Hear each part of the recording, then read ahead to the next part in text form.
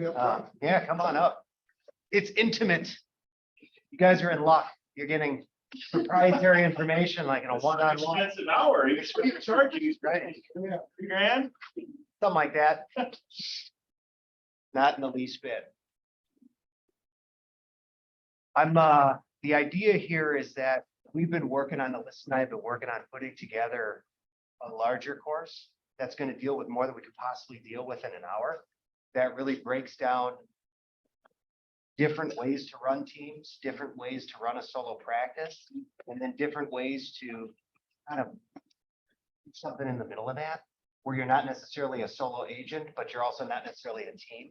And it's not really promoting either or any. It's really about helping you identify what you're looking to do with your business, what you're looking to do with your practice, and then giving you some guidelines and some benchmarks on some of the experiences that I've had over the years.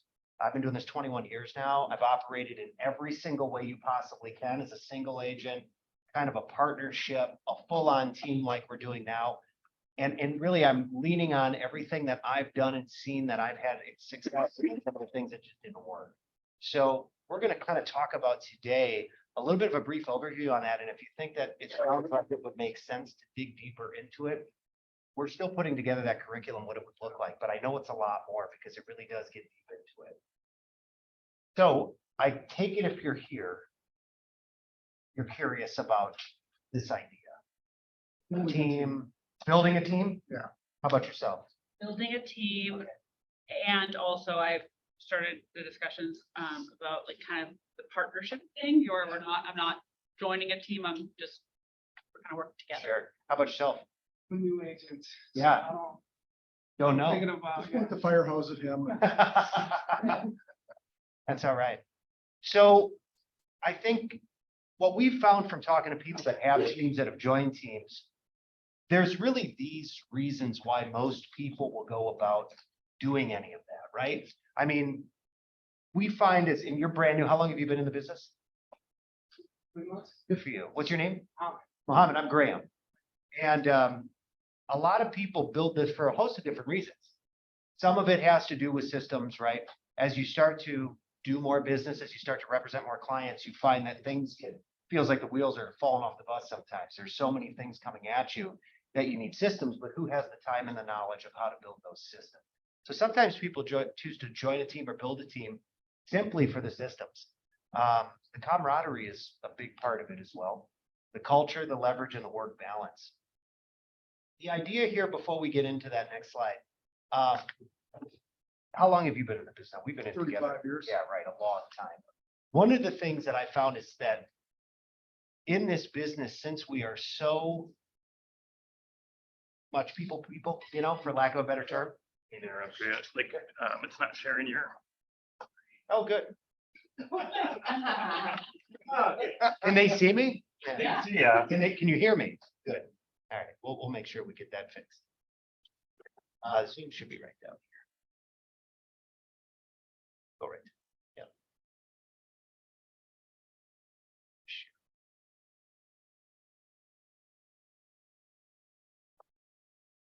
Much you're online.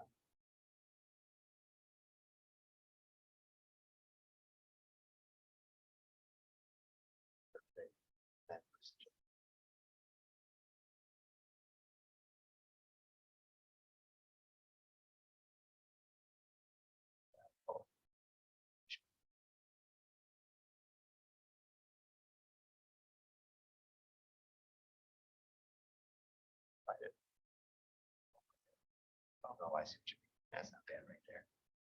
Looks good. Good enough? Yeah. And I think if we just click on it. Should that'll be hover good. and go away. Okay, good. No, get out of your way for real. No worries. So a lot of us get into the business because we like to be around people. We like to talk to people. We're people. And then we find ourselves out there in the field and we're all alone. Every single deal falls on us. When the good news, the bad news comes, we have to deliver it to our clients. Our clients come to us with all of their problems, some of which are real estate. We are out there by ourselves. So the camaraderie of a team, whether you're building it or you're joining it, is sometimes what people are looking for, which kind of blends into the culture. You know, a lot of us are in this office because there's a shared cultural experience within real estate. We have similar values. We have similar ways of doing business or leading our lives. We've been attracted to this brokerage because of some of those things. Clearly, we're different. Clearly, there's a lot of folks that are different, but there's certain things that we share, and that's what finds us here. And as you dive even deeper, you can find that on a team as well. You can build that on a team. You can attract people like yourself to the team. One of the things you will find too is you talk to folks, and maybe people, if you're online and you're part of a team or have built a team, you'll find that sometimes when you're not in alignment with folks on the team, it doesn't last. And those folks may leave. It may be bumpy. For example, if you have a team that's very, very heavy into the lead generation and somebody on the team isn't lead generating at all, it's not really in alignment. If you're on a team that really goes out and does a lot of client events and you have an introverted person on the team, that's not in alignment. They may not be the right fit for your team. The team may not be the right fit for them. And that's okay. There's going to be a lot of different ways. The systems and leverage kind of go hand in hand. As you go on, so you've been 3 months in the business. How about yourself? How long have you been? 2 months in the business. Have you had any closed transactions yet, either of you? No? Close. We're almost in. Do you have anybody under contract right now that you're representing? Okay. Now imagine 10 times those people, right? That you're representing at once. And now imagine 10 times those people that are kind of in a pipeline of people you're trying to stay in touch with because they said they might want to be doing something. And then once in a while, you get the person who's in your sphere. Maybe it's a friend, a family member, a neighbor that says, can you just come over and do a market analysis on my home because I'm going to refinance? You're going to get people talking to you. So now all of a sudden, how do I keep up with all of this? How do I get out there and show? How do I list the properties? How do I ensure the marketing of these properties is happening? All of this comes through leverage. And then after doing it a long time, you do find that the work-life balance is completely out of whack. In fact, it doesn't seem to exist at all for many of us. Yeah, Ed, you're there already. Yeah, it's all encompassing. We're working so hard to meet people that will work with us. And then you get some that say they will, and then we're working so hard to do right by them. And we still have to keep lead generating to find people. It seems like it's never ending. So the work-life balance can be a reason to build a team or to join a team. And there's nothing wrong with being a solo agent. I was a solo agent in this business for about 13 years. There's people in our office right now that are operating as solo agents that are doing great business, very profitable business. And so I want to talk about the pros and cons of this. And if you all have any ideas that you'd like to share that are in alignment with any of this, feel free to add it. So one of the big pros of being a solo agent is you set your own schedule. You are accountable to yourself and nobody else. You don't have a team leader that's going to ask you how your production's going. They're not going to press you on, did you close that deal? Did you meet with that person? You don't have agents, if you're a team leader on a team, that you have to do that for. You are accountable to yourself. You're running your own schedule. You have complete control over your brand and your business, okay? You get to do whatever you want in that space, however you see fit. And your expenses are probably going to be as low as they possibly can be in any one of these forms. You're not going to have a lot of overhead to provide leads for your agents. You're not going to have a lot of overhead to provide services for your agents. One of the cons is there is a limit to what one person can achieve. Now that will depend, and that there's a big giant asterisk there. If you're operating in the luxury market as a solo agent, you may very well be making more money than virtually everybody else in your office. That's very possible, right? And that's a sliver of this business, okay? For the average agent doing the average amount of business, there is only so many hours in the day, okay? One of the metrics that I've seen is that if you want to work a 40 to 50 hour work week as a solo agent, you can close anywhere between 40 and 50 transactions a year, okay? Past that, you're going to be well past 50 hours. And I saw you grimace. You're saying I can work well past 50 hours a week on 30, I bet. Yeah. But it's not necessarily every week, 52 weeks a year. The idea is that that could be done if you have some leverage as a solo agent as well. And that's where I'm talking about something in between being just a solo agent and a team. And we'll come back and talk a little bit about that. Honestly, one of the things that's a con is you're all by yourself. You don't have another person to lean on. Now, being in an office like this where we have a lot of agents, there's a lot of folks that are friends, there's a lot of folks that can lean on one another, so that's awesome. At the end of the day, as you have your own real estate practice, it's just you. It's just you. You have to resolve everything. The time management becomes really problematic as your business grows. As a solo agent, you are responsible for everything. You're the owner, you're the CFO, the CEO, you're the COO, you're the marketing director, you're the bookkeeper, you're the everything, including the realtor. It's hard to manage all of that. And honestly, backing back up to one of the pros of being accountable yourself, that's also a con. There is no built-in accountability in a solo practice. You have to really design that. You have to reach out to other groups of agents, other coaches to get that, okay? As much, even as a solo agent, I was profitable. I did a good business. There's I was holding myself back because I did not have anybody holding me accountable. And the reason that was an issue, I was still a self-starter. I was still getting up. I was still working incredible hours, but I didn't see my blind spots. I didn't see those opportunities for further growth because there was nobody there to point them out to me. I knew everything. I knew it all until I didn't, right? And that's one of the cons of being a solo agent. It's hard for solo agents to reach out and find that accountability for most that I've met. Now, before we all say, okay, I'm a solo agent, I'm doing the business, I don't like any of that, let's jump into building a team. I would say let's pause right there and talk a little bit about the amount of business that you're doing. I've seen people come right into this business without many transactions. They start building a team, and I would argue that's very premature. Okay, there is a lot to learn as a solo agent, not just from being a realtor, not just from representing clients, but how does title work? How do inspections work? How do appraisals work? What documents need to go where, when? How do we oversee this entire process?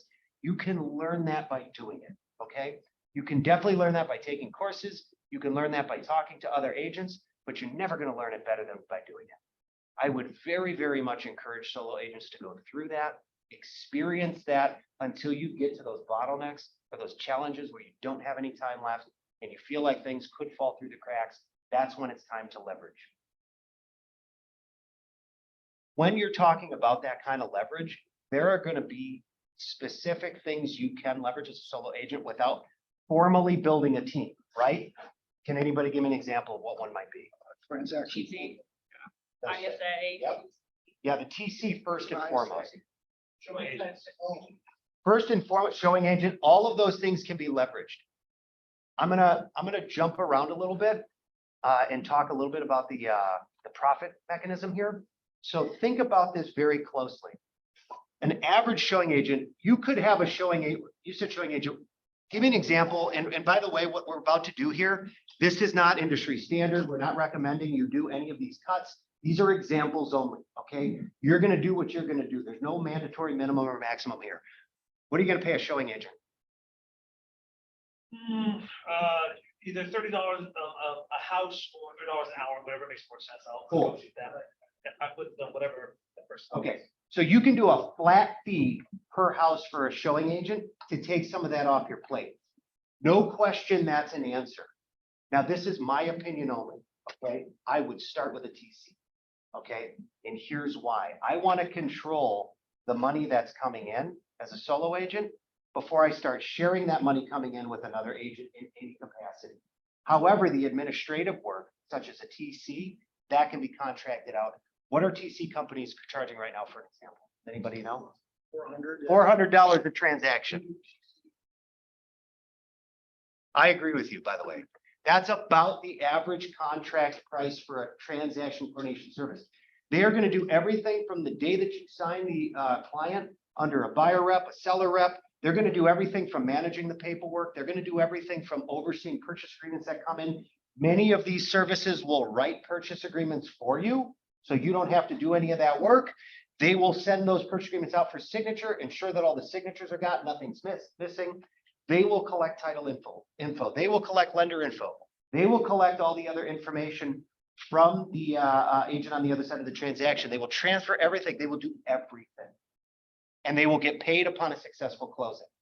You are not coming out of pocket as a singular agent until you close on that. Let me give you an example of something if that sounds expensive. How many hours do you think it takes to do administrative work from start to finish with a client One transaction. for one transaction? 30. 30? Anybody else? Is that fair? 12.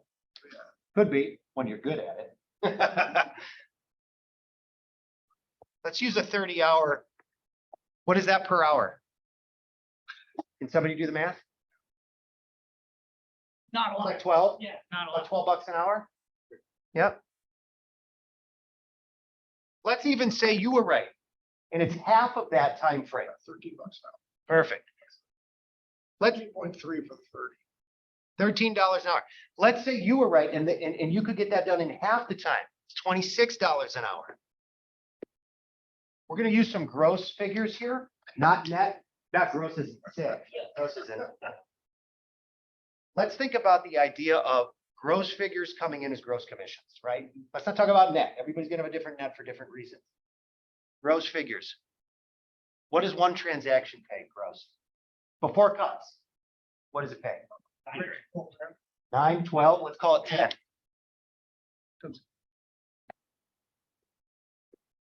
How many hours do you work with a client to earn that $10,000? And do it in average. Don't use, but take into account the ridiculous, take into account the ones that fall in your lap. What do you think it is? 50 hours? I would really Do you know recommend. do you know what it is for you? So I know what my average per hour rate is based on the average sale. Okay. Let's break it down. You meet with them. How long does that take? Now you've set them up on a search and everything else. How many hours are you I actually? would say it takes longer than that to do that because you got. 2? Should we call it 2? Well, we've got to talk about the paperwork, agency, talk about. 2? All of the meetings. all Is 2 fair? You doing a 3-hour buyer consultation? Are we talking listing or Yeah. buyers? 'Cause I think it. No, the buyer consultation's an hour, but then you're gonna spend another hour and a half putting together the paperwork. 3 and hours. all that stuff. Perfect, 3 hours. Fine, 3 hours. That's Sending it fair. out and say, "Did We're you-" building in a buffer zone, right? Yep. How much time are you spending with them out in the field? Showing houses? Yeah, like from the time you drive there, show them, drive away. Let's assume we show everyone 5 houses before they do an offer. Let's, hold on, let's not assume. No, How let's- many- let's- Yeah. How many houses on average do you think you're showing a buyer before they make a purchase? 8? I think 8's a great number. Yep. And how much time does that take to show 8 houses? Because you know, they're not all gonna be same day. You know, sometimes it's 2, No, 2, you're 1, trying to, yeah. 30 hours. 30? Drive to, drive from. 30? Yeah, no. 8 hours? Let's even go high and call it 30. It takes an hour to show a house. Are we building in an incredible buffer zone here at 30? I think we are. We're covering our bases. Yeah, And then, so what, that's showing all the houses during the time between buyer consult and purchase Yep. agreement. Fine. and then you've got another hour or 2 for a closing, whether you're going to buy them a gift, showing up for closing, doing walkthroughs, let's call it 2. We're at 35. Show up to the inspection. Sure, 36. Conversation. Yeah. 40. What about the phone call? 40. Let's say 40, yeah. 40. You got a work week. I love it. How many of those conversations are 15 to 20 minutes long? All of them, minimum. But I think 40 is safe. I think we've got I think as you go and you measure this, and I would challenge you all to do it. I think you're not working 40 hours on every client, but it could be 30. Okay, but let's call it 40. Somebody have a calculator out? Sounds like a low number to me, but I don't know anything. Call it 50. No, We let's, started with 50. Let's go to 50. well, I hear 60. Let's make it 100. What's $10,000 divided by 50? $200. In this scenario we just did, your rate is $200 an hour. Every time you touch a piece of paper that's administrative work, you're paying an administrator $200 an hour. Would you pay an administrator $200 an hour? I bet you this Zoom would fill up with applications if anybody said they would. You have to think as a business owner. Your worth as a professional agent is a minimum of $200 an hour. I have operated up to $1,000 an hour in my capacity, okay?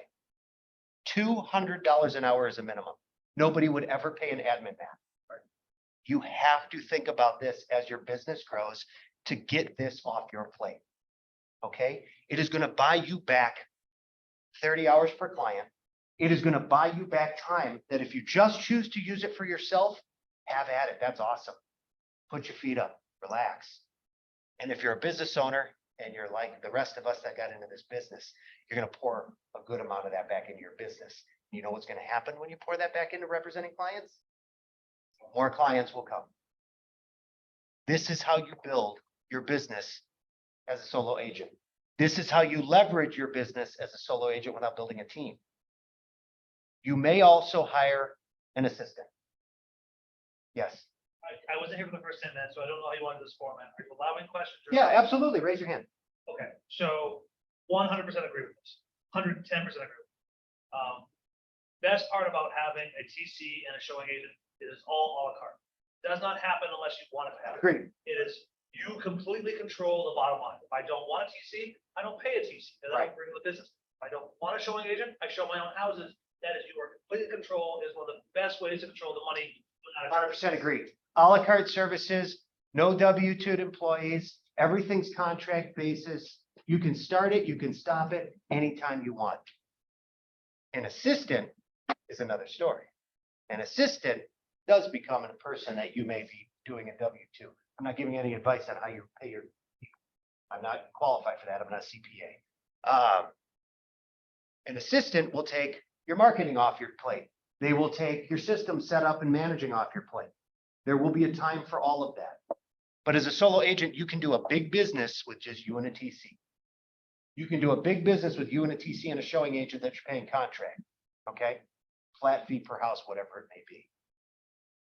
Now, on the flip side, I'm just gonna throw this out there. I'm not saying it's right or wrong. I personally have not done a lot of that contract work with agents in front of my clients because I want to make sure I have control over the brand, how we're presenting ourselves with our clients. And I know you can do that by interviewing the right showing agents. It can be done, but I want people that are going to be dedicated to my team. That's how I've done it, but I was also building a team. If you're going to remain a solo agent, you might have to mix and match, but that's a good thing to be in this office. When you've got 300 plus agents in the office, there's a lot of people looking to go show houses on behalf of other clients or other agents. Yep, I would interject on that too. It's totally okay to vet your showing agents. absolutely. You know, 100%. Why wouldn't you? 100%. Have them take you through a showing, show them how you do it and let you. That's right. It doesn't- That's right. That's right.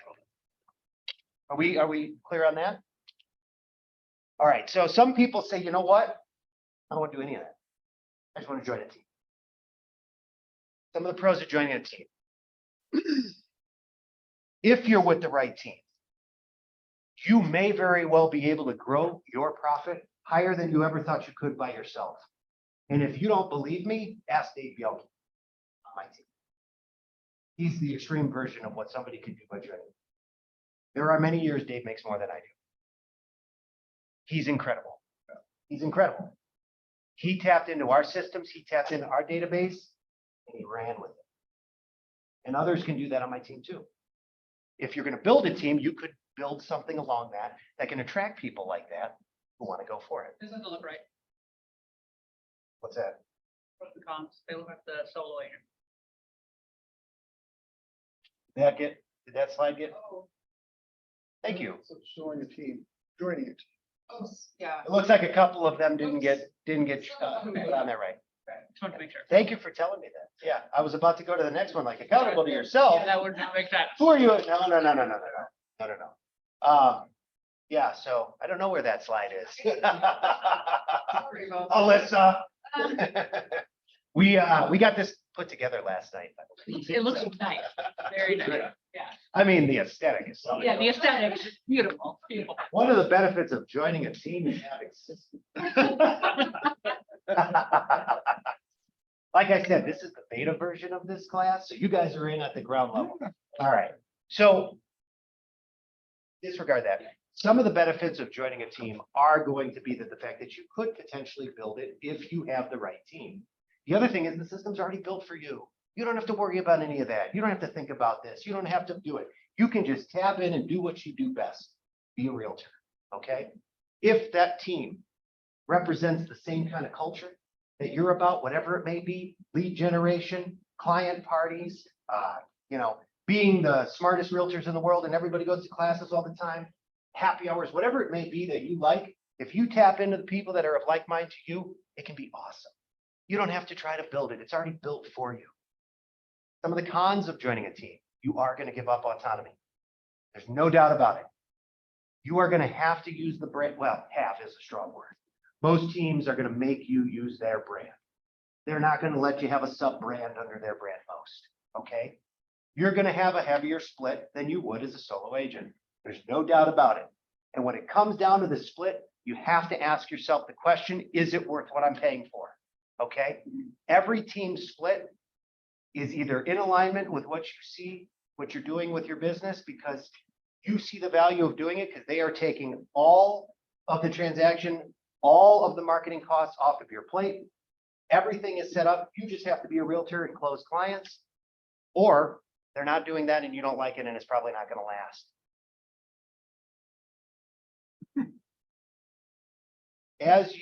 This is mostly the other one. I forgot what some of our other cons were that we had there, but basically when you're joining a team, you are tapping into their systems and you're going to build your business accordingly. Now, when it comes to the different forms of what those teams may look like, you're going to have everything from collectives, where you have agents who all kind of do their own business, buyers and sellers, yet they share the costs of admin, right? So their cuts may be very small or much smaller because it's all going there to share the cost of admin. The team lead is still going to be probably the top agent on the team. The team lead is going to be out there doing all their own business. You're going to be doing your business, but you guys are in a partnership because you've got marketing that brings people in. And more importantly, you have transaction management services that are completely taken care of. Other teams may be a little bit of a heavier cut, but the difference is going to be you are going to be given leads. You are going to be given leads of all sorts of different quality. Some are going to be online leads that are harder to close. Some are going to be past clients. That's a layup. On our team, for example, we do a traditional model where we have buyer agents and seller agents. All the buyer leads go to the buyer side. I don't care if they're a past client of mine that's buying $1 million home. They go to the buy side. I do not have any buyers that I represent. All the listings go to the list side. That's how we do it. There's an equitable exchange between the agents. That's what we choose to do. In exchange for that, we create the lead generation mechanism. We are consistently investing in. We have ISAs, things like that. You asked what an ISA was, inside sales agent.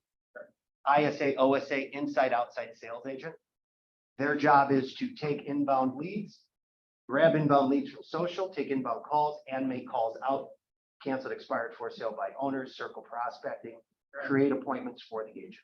So inside is driven by the internet, outside is driven by physical expires. Yeah, inside can also be like definitely internet, could be people calling on our listings, could be things like that, right? It could even be past clients, the time that have called that person because that person has been doing outreach to them over the years, talking to them, introducing themselves to them, building a relationship with them. So that's the difference. When you're paying a heavier cut, you're typically paying for that. That's all in place for you. You don't really have any overhead. Ask you a question, 'cause you said something that kind of stuck out to me.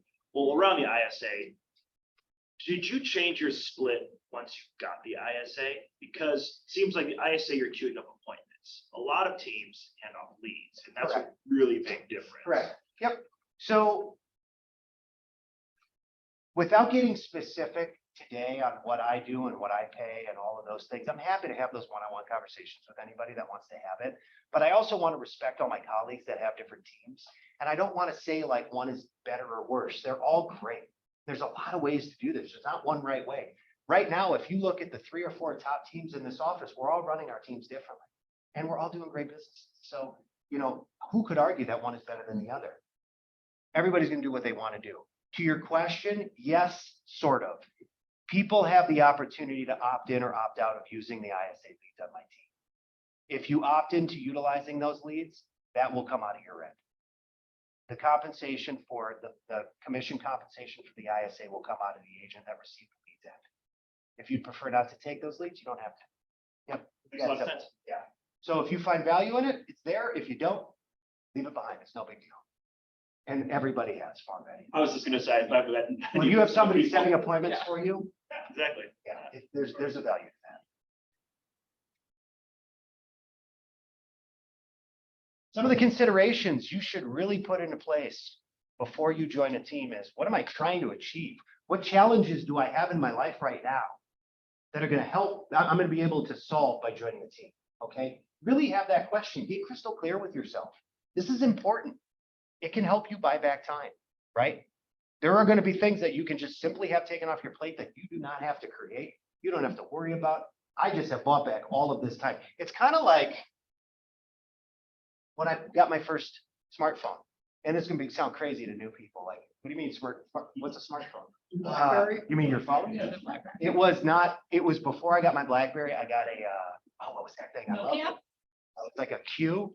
It was like, it was, BlackBerry was the first one for me. BlackBerry was the second, and I still to this day, nothing types better than a I BlackBerry. loved it, yeah. Oh my God, I could write novels. Yeah, People and did. and never spell anything wrong. Yeah, I remember when the first touchscreen came out, I was like, that's never gonna catch on. I had a BlackBerry. I remember when I got my first smartphone and I could not believe, I was like, how did I even do this business before a smartphone? Everything was there. It's all in my tricorder, you know, if you like Star Trek. No one knows what tricorder is anymore. You do. No, we don't. Okay, you do. Yeah, Star Trek, Yeah, man. good. It's all right there. That bought me back some time. When I hired my first assistant, oh my God, I couldn't even believe it. How in the hell did I do this without that, right? So again, not saying do it right away. Do not go out there and start spending money on these things. Get your feet dirty, get your hands dirty, get your feet wet, whatever. Get out there and learn the business. As time goes on, these are some things you can do. Joining a team can help you buy back time. You can tap into an existing culture. It can be very, very, very motivating with the right team. Imagine fun too. It can be, right? I don't know. It's fun. You have no choice but to say yes. Say yes.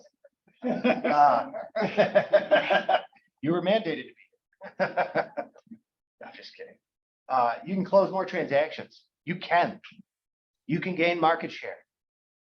And you know how you gain market share? By the way, you can do this as a solo agent too.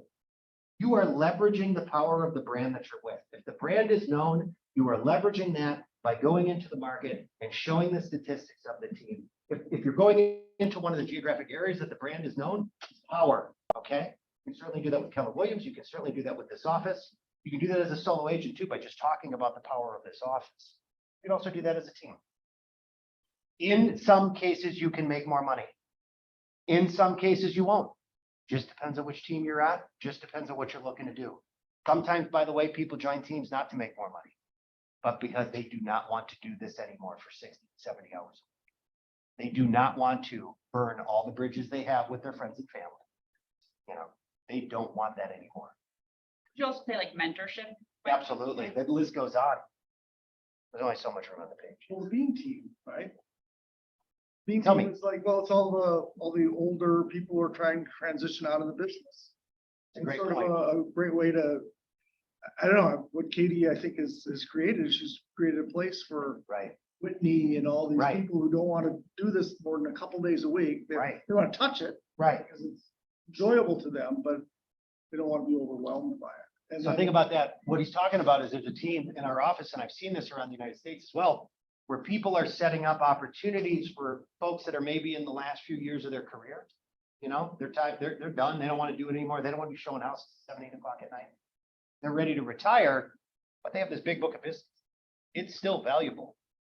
Merging that into a team where the team is controlling everything, and maybe that individual now is handshaking at the first meeting and showing up at the closing with the champagne, you know, and getting paid a referral fee for it, right?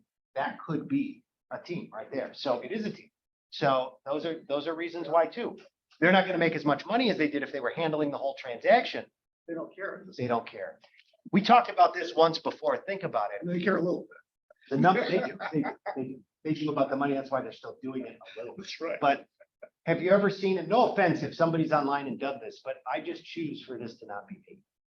Have you ever seen that person at 8 o'clock on a July Saturday night, 8 o'clock, struggling with the technology on how to open the door? Because they've been doing this a long time and they're showing a first time home buyer. More power to you if you love it. I don't think I want to be doing that at that stage of my life. I don't think, nothing against a first time home buyer, nothing against showing at 8 o'clock, nothing against being in the business for a long time. It's just at some point, I just wonder, are you doing this because you want to do it, or are you doing this because you have to do it? Well, we'll have to do it, and they also don't have the ability to say no. That's right. Oh, what I was going to show is this. We talked about this once before in a meeting, maybe a year ago or so. As you start to think about what to do with your business, if you're going to do something other than being a solo agent, whether join a team or build a team, you have to kind of think about this.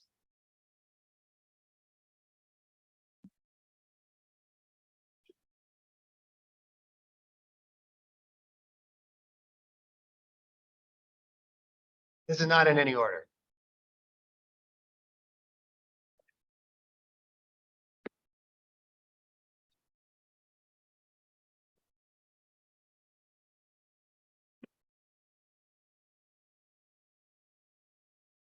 These have different values in a transaction, by the way.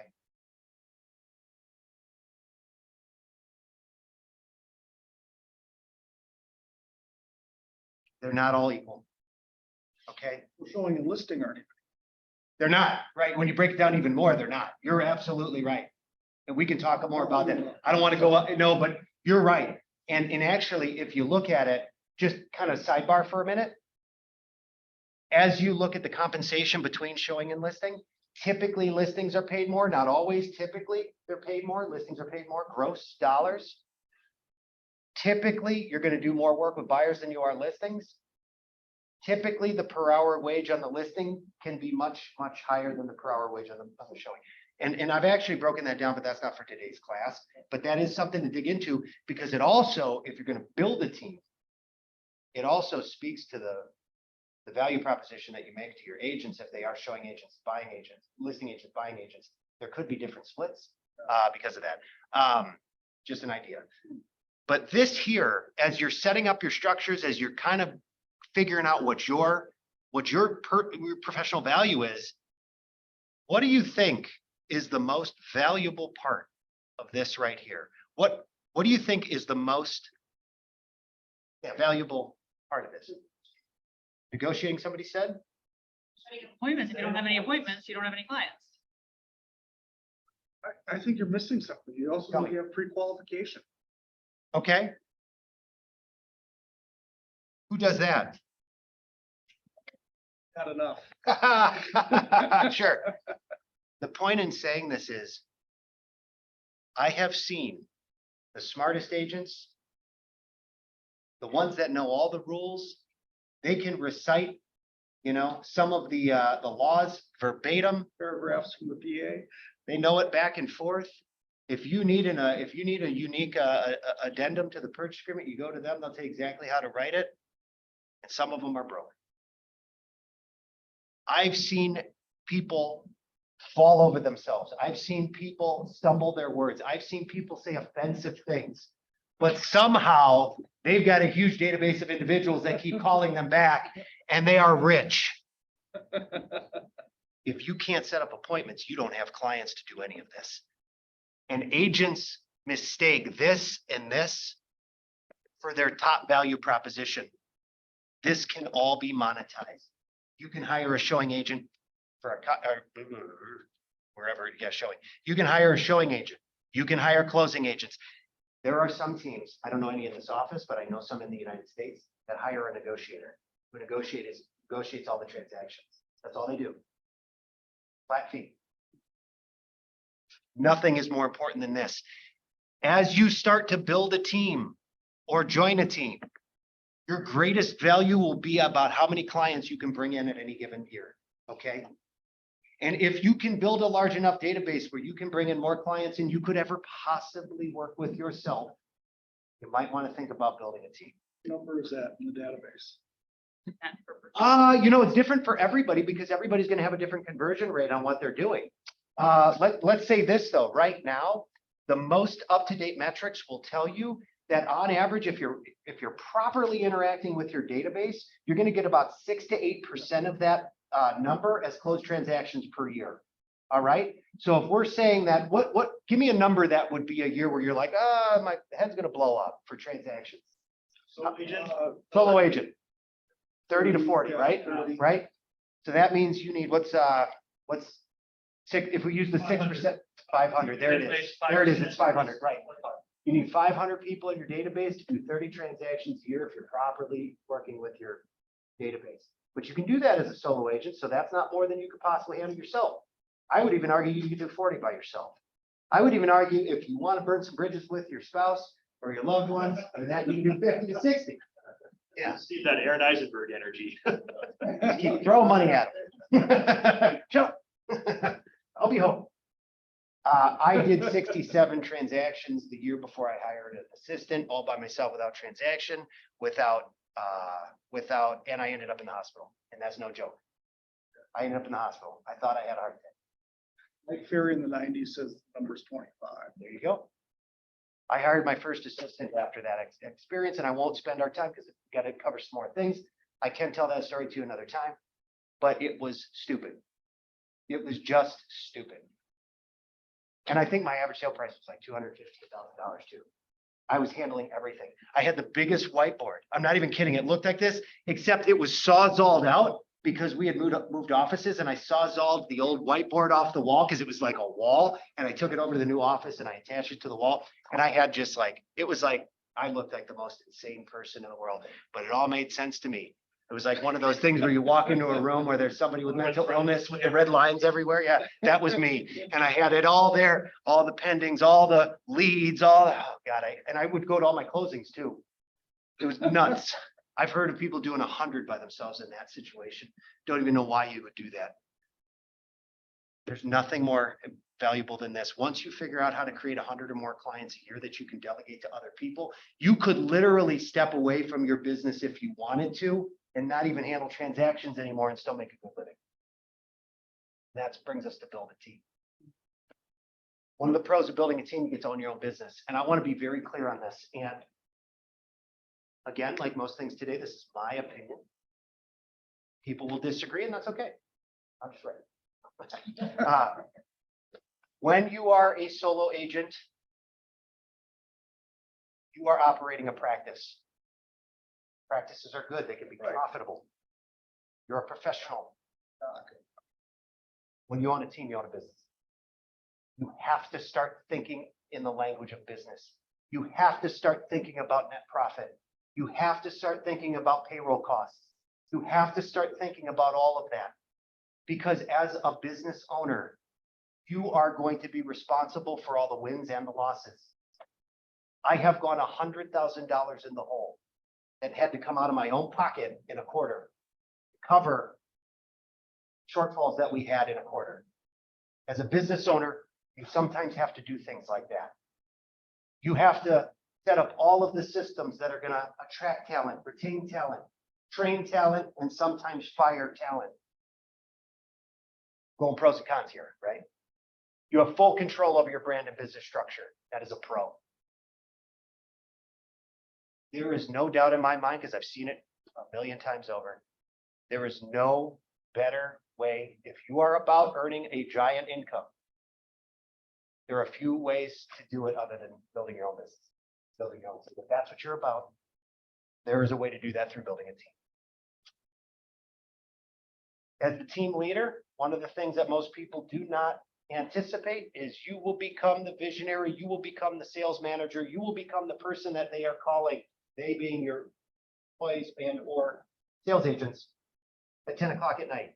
They need you. You are the one they come to when they have a question about their clients. You are the one they come to when they have a question about how to write an addendum or amendment to the purchase agreement. You are the one that they are looking towards for guidance. You are the one that they're looking for a shoulder to cry on.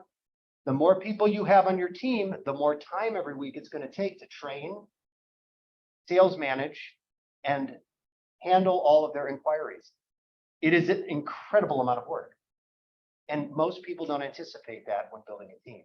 If you're going to retain agents, you're going to have to provide those kind of services for them, or they will leave, unless you're charging nothing to be on your team.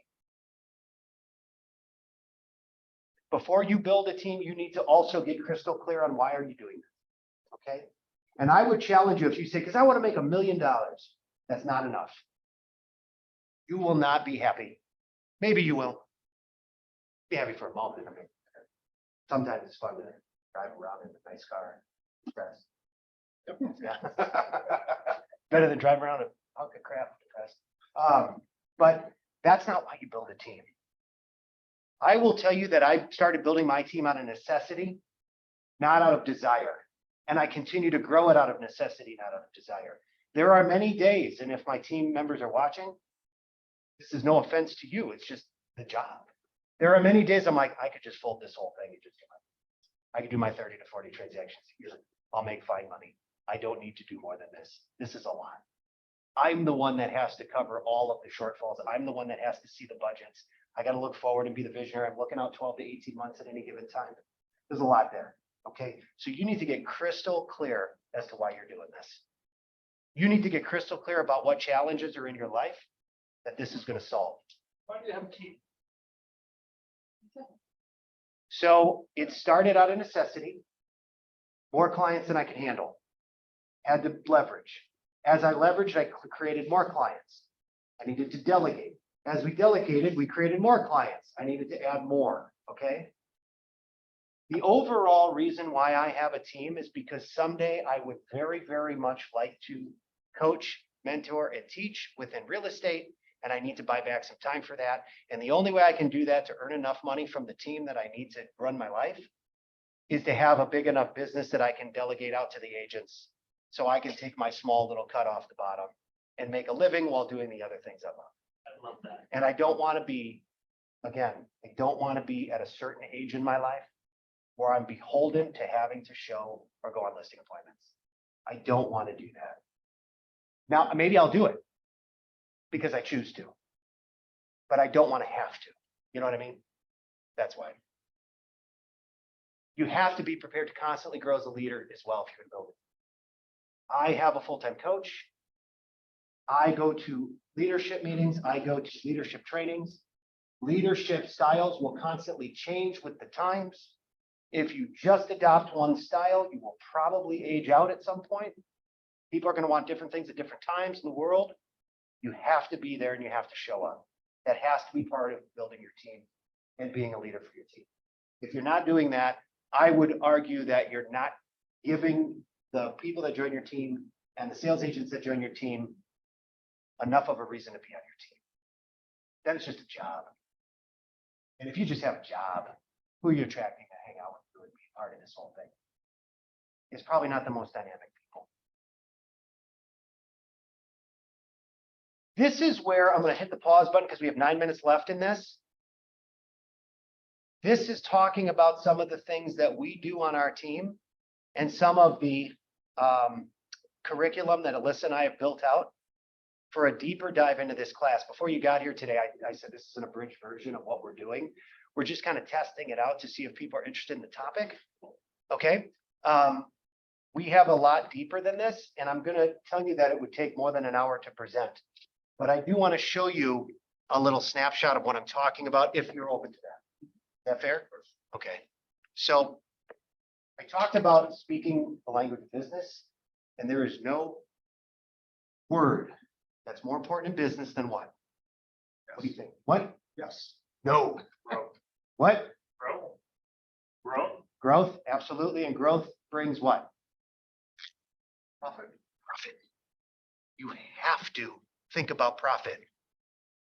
There is no way, unless you're, is anybody here a trust fund kid? I'm just kidding. What, somebody might be. Somebody might be, yeah, we want them as our. I know several. yes. Yeah, they should refer all their friends to us. Unless you're independently wealthy, we're not a startup company. We're not from Silicon Valley. We don't have a bunch of people ready to just shower us with money for some cool technology that we've created that shovels money down a hole. Can't believe it. I never understand that. How do you lose money for 11 years in a row and still be called a startup? And I know a lot of people in our business that fall into that category, not people, organizations, which we will not name because this is a broker agnostic meeting. Profit. You cannot stay in business unless you're making profit.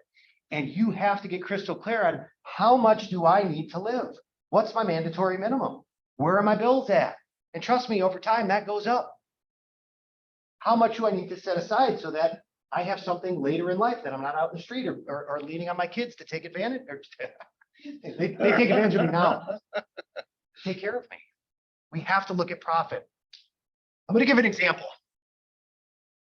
I don't know, I'm not using an example of anybody that runs a team with this cut that I'm about to show you, but I'm going to give you this example because it is an example that I know people have fallen into. Let's say, hypothetically speaking, a team that either you own or you joined does a 70-30 cut. You get to keep 70% of everything you close, 30% goes to the team. Awesome. That could work out magnificently for everybody involved. Okay? Now, here's the thing that people don't think about. As the team owner, what are your expenses? Okay? Let's say, hypothetically speaking, we're going to do this exercise real quick. We're going to do it in 5 minutes or less. Let's say, hypothetically speaking, what would a team like, let's say 100 transactions. This team does 100 transactions a year. Okay? What do you think a team that does 100 transactions spends on its marketing budget a year? Take a guess. 15,000. Or What's MRE say? I'd have to look at the percentage of what that is. It's like 30%. It depends if what you're putting in there. So if you're just talking about marketing to which parts, right? But the entire marketing ballot is probably going to be 20 to 30%. They're probably going to be spending $30,000 on marketing. A team like this probably has admin fees too. They're covering transaction costs. They're covering. We know transaction fees are probably about $400 per transaction. How much is that on 100 transactions? $40,000. Okay. They probably have some web services or maybe an online lead generator service that they could be paying about $10K a year. This is a year, by the way. Okay. They're doing other parties and things like that that might fall into marketing, right? You know, we might have that into marketing. What am I missing on anything? Oh, they have an office. They're providing you office space, right? I don't even know how much do we pay for the office? Jesus. Ali, it's $18,000 a year. Good Lord. I hope Jake is watching this. That's highway robbery. It's just a Walls are room. expensive.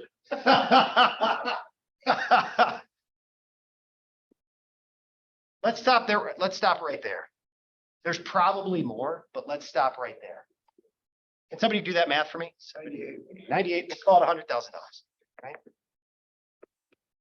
And 100 transactions is going to create about what? Gross commissions. Million? Yep.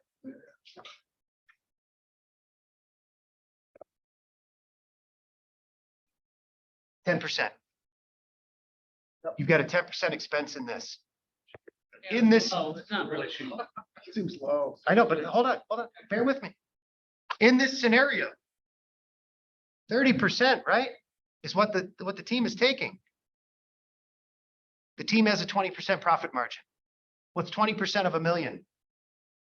Team is making $200,000 a year. How many people would be happy to make $200,000 a year right now? What? Done deal. 200 would be great. I know when I got into business, I was like, if I could only make $100,000, all my life problems would be solved. Yeah. 200 is great. Do you think people build a team to make 200? Probably not.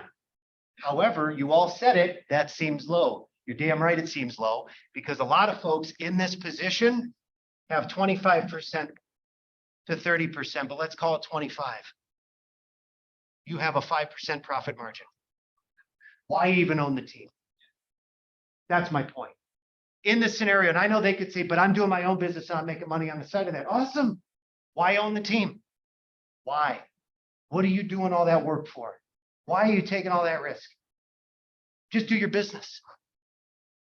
My point is, I'm not trying to, that's not identifying a cut that's good or bad. People don't look at it this way. And I know people.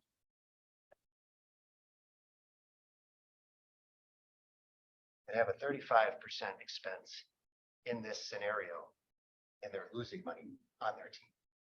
But they have a big business. So they're making money from the real estate business, but they're losing money on their team. But they're looking at it like, look how much money I made. Why do you have the team? It's costing you money. This isn't sustainable. And guess what happens when you try to change that? Oh, gone. Absolutely. So what I'm saying is, I'm not saying to do that or don't do that. I know people that have this cut that are actually making a lot of money. So don't get me wrong. I'm not saying you can't do it this way. If you're going to build a team, we need to get down into the numbers. We need to extrapolate, we need to speculate, and we need to look forward to say, what do you think you're going to spend? We need to look at books like the MREA or anything else, I don't care what broker it's from, that has documented numbers to show you what industry standards are around the United States. I will never forget why I left the place I left. Before I got into real estate, real quick, I know we have 1 minute, and I respect your time. Can I go past a little bit, just 2-3 minutes? Some of you know the story. Before I got into real estate, I was a bartender. I managed bars. I started bartending when I was at the University of Minnesota. I went to school there. I bartended there. I stayed in the business after school because I thought I was going to own a bar. That's what I thought I was going to do at that time in my life. In the restaurant industry, managing restaurants and bars, there are tons of industry standards on what's food cost, what's liquor cost, and it varies depending on what kind of restaurant you work at. I worked at crap holes. So the liquor cost was little because we poured crap liquor and charged a ton for it. If you're at a nice place, liquor cost is high, food cost is high. But it doesn't matter. There are industry standards you can weigh against to see how you're doing. And I asked my broker, what are the industry standards in real estate for building this out? There, it doesn't exist. We don't have anything like that. I'm like, oh, I guess we don't have anything like that. And then I started asking other people, like, well, I don't know. And they were all telling me, I don't know. I asked the regional manager, and I was at a big company. I asked the regional manager, do you know anything? Things like that don't exist. The MREA had been on the shelves for freaking 10 years at that point. They didn't even read it. They didn't know. Page 157 breaks it down exactly. And the new MREA, which will have new numbers, will break it down exactly. Those are industry standards. Doesn't mean you need to run your business that way. It just means on average, that's what you're looking at benchmarks. You can play with the edges. You can play with the numbers. But if you're not doing that before you build your team, just even thinking about it, planning for it, and then weighing against it once you start to see where things are falling, you are not running a business. You're just running around and you're taking chances. And I'll tell you what, you could lose a lot of money doing that. So I would just say, if you're considering building a team, think about talking to other folks. Think about getting some sort of coaching or getting some sort of mentorship from other folks that know about this stuff to kind of help you design what it would look like, because nothing's harder than going back to everybody and saying, hey, by the way, I'm not making enough money at this current cut. I'd like to change the cut. That's a great way to lose your best agents. And I would tell you this, if you're on a team and the cut seems too good to be true, it might be. It was all sustainable through the last few years because money was falling out of the sky.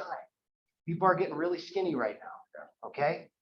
As transactions contract, things might change. So all I'm saying in all of this, take that into consideration when you're looking at a team to join, when you're looking at a team to build. And if this is all too scary for you in general, stay a solo agent. And think about leveraging though, really think about it. There's a lot of value in that, both for your personal time and your business. 2 minutes passed. Are there any questions from online or any questions from you all in here? Sure. Yeah.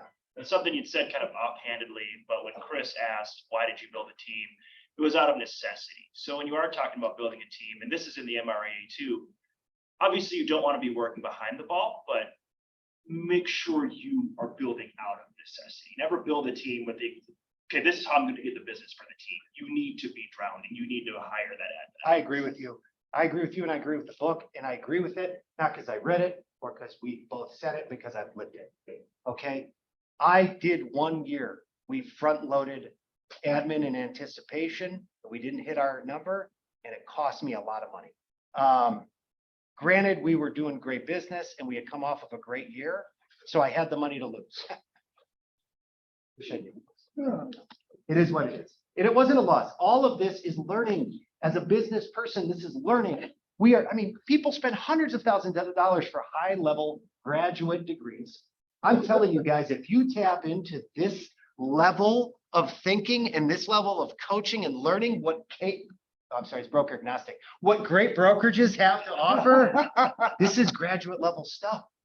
I say that all the time to people. Why are you here? Because this is graduate level stuff.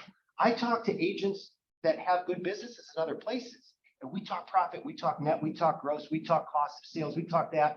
Well, actually, I talk all of that, and they say, what's that? They don't know. They don't know. This is how you can plan and build it out, and you can still do this as a singular agent. You can still do this and have this conversation as a singular agent and make plans on how can I leverage some things out properly, profitably, and safely so I can still run my business. If you guys are interested in this, I'm happy to build this out and teach this at a later time, maybe in the late fourth quarter. We can get deep into these numbers and all the different cuts and different ways you could build teams and join teams and see the pros and cons of each. We have the information already that we've created. It's probably a 2-hour event, So that's something, if enough people want it, I'd be happy to finalize it.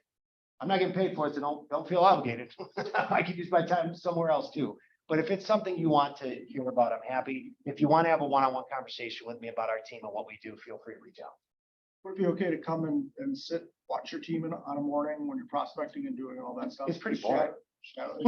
Just hang up at the coffee machine, you'll see. Look at that messy cube, back in the back there with like everything piled in it. That's mine. And you can sit right by me and listen to me lead gen every day. Well, I had a desk on that side of the office just for that reason. Yeah, cool. Because this guy right here is more than willing to have a conversation I with know. you. He's more than willing to show you how the sausage is made. Well, and right back at you, because you were sitting back there, I got to listen to you lead gen. I got to listen to you talk. You are fierce. You are fierce. You had some fierce conversations with people. It was awesome. And I'd hear it. Yeah, that's good. That's good stuff. Yeah. Thank you, guys. Thank you. Yeah, thanks, man.